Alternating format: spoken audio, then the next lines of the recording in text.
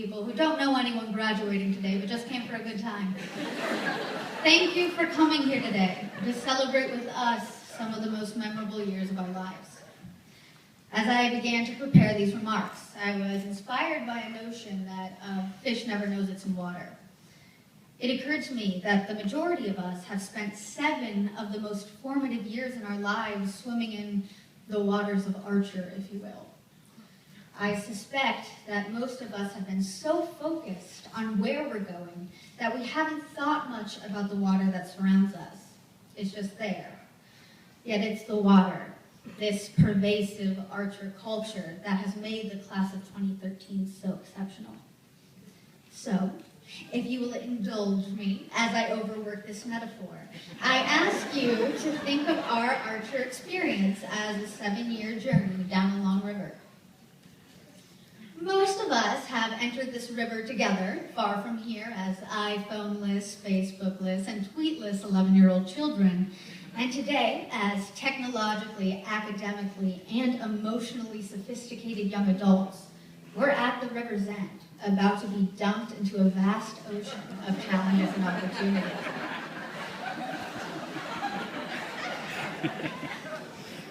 I'm not going to beat around the bush. I have been a critic just as much as I've been an advocate when it comes to Archer. But one of the things I learned here is that opportunities are accompanied by responsibilities. In this case, a responsibility to be fair as I reflect upon our experiences. One thing that took, once I look at our experience from this unfamiliar perch, I have to acknowledge that many of the things that annoyed and frustrated us when put in perspective were minor, and some of the things that seemed minor turned out to be life-changing. Let's start by recognizing that ours is not the normal high school experience, and often our complaints about what was missing prevented us from seeing what was all around us. In case you missed it, Archer's an all-girls school. So, yeah, we allow males to assist us and even teach us, but at its root, yeah, thank you. At its roots, this place is about girls becoming women.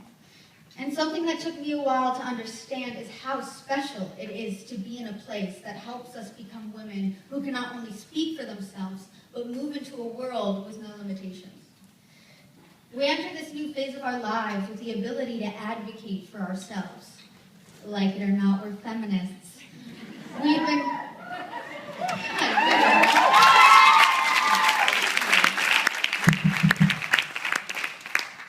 Yeah, well, we're feminists. Yeah, okay. We've been taught to accept our womanhood, realizing that femininity is not a disability.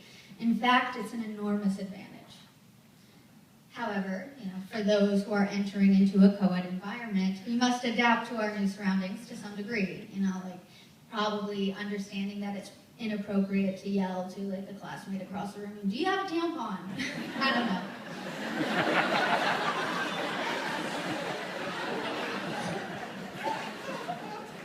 Beyond our ability to express our femininity every which way, I feel sure that my classmates and I have become confident and independent thinkers, something that has not always pleased our parents, especially on topics like tattoos and piercings. As I replay the hours of debate about our parents' decision to have educated us in an all-female format, I think I speak for most of my classmates when I say the trade-offs we made to attend a single-gender school were worth it. Archer's done a great job at preparing us academically to succeed in college and to make sound decisions in life thereafter. But developing our minds is the easy part of education, at least compared to the challenge of developing our values and social and emotional skills that will not only determine our success, but our ability to live gratifying and worthy lives. And that's where Archer has excelled. At the risk of convincing some of you that I have not only been swimming in the Archer River, but I've also been drinking the Kool-Aid from its waters, I want to recognize that without a doubt, the most important and influential thing that makes the Archer water so special is the faculty.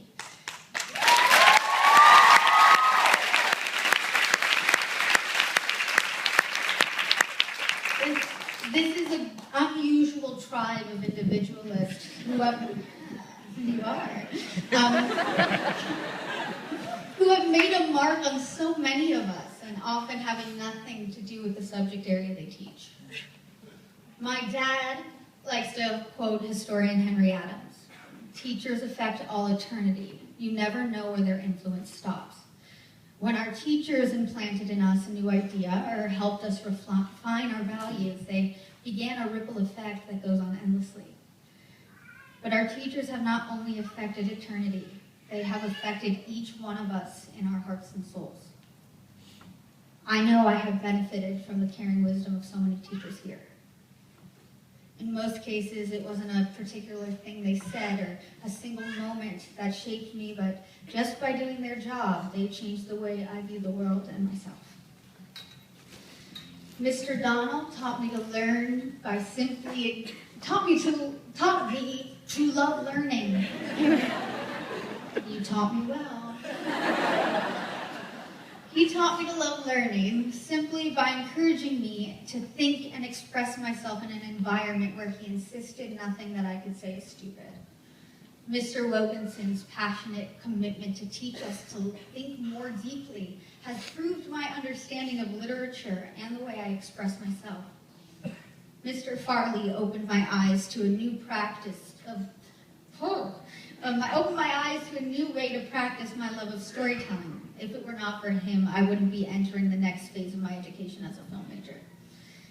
It's teachers like these who make us realize we are intellectually capable of so much more than we assumed. Educators often say, you never know the moment in a child's life when you'll make a difference for a lifetime. Just as we always don't really notice when what we've learned, I suppose teachers don't always know when and what they've taught. They don't know that their casual and commonplace comments can be so profound and meaningful to us. I'm sure many different teachers have touched many different classmates of mine in different ways, and I doubt any are leaving these hallowed halls without something to be grateful for.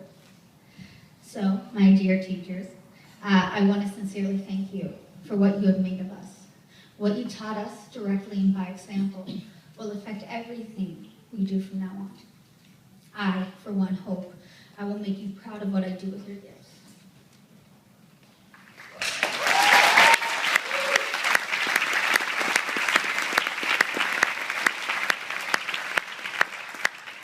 But as I think of these people who have made our waters so blessed, I can't help but realize how much we've neglected the reason we're swimming here in the first place, our parents.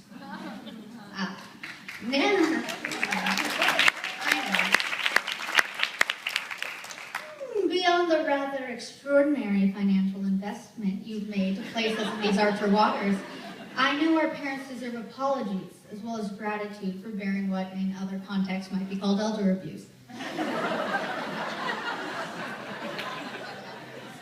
You've endured our roller coaster emotions, our tantrums, sullen episodes demanding that you leave us alone, and our chastising you for expressing your interest or concern. And yet you have still loved us. You have been belittled and mocked, usually behind your back, and yet you are still always there for us when we need you. Mom and Dad, you have loved me relentlessly and have been my greatest supporters through it all.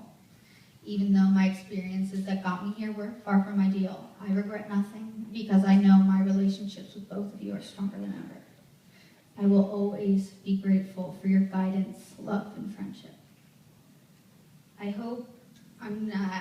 suspect that many of my classmates have similar confessions to make, and I hope you don't let this day end without expressing them. Filled with Archer and parent-instilled confidence, I think I'm going to make something of myself.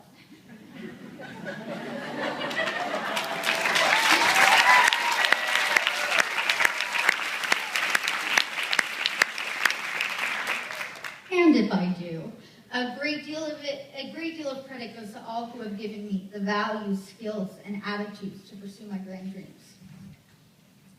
Finally, I want to address a group of lovely ladies who are traveling under the name Class of 2013.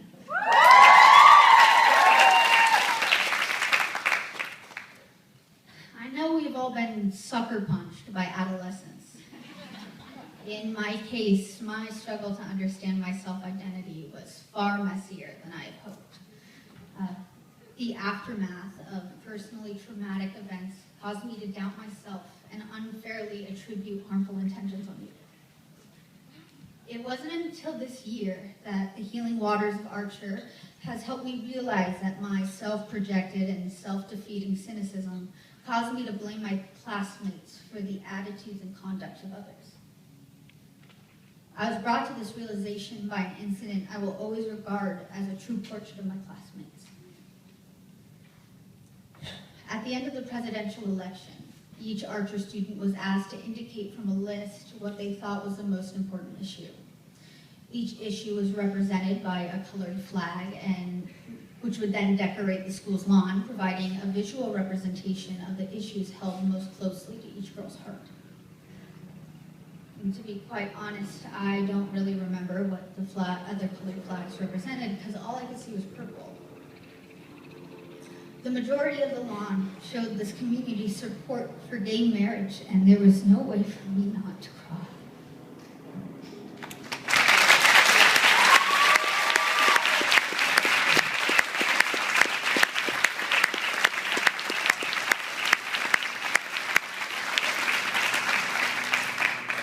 After seeing the lawn, the seniors had the opportunity to reflect on what we saw. I had to express to my class how much it meant to me and how grateful I am to be in a community that cares and respects the values of who I am and my right to love whom I choose.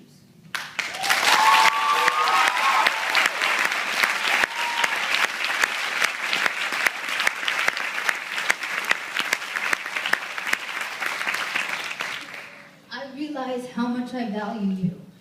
I want to thank you for reminding me that intolerance and cruelty cannot survive in the waters we swim in. The truth is, I've drawn on the lessons I've learned here to find strength and confidence to proudly choose to acknowledge who I am, because I admire and respect each and every one of you.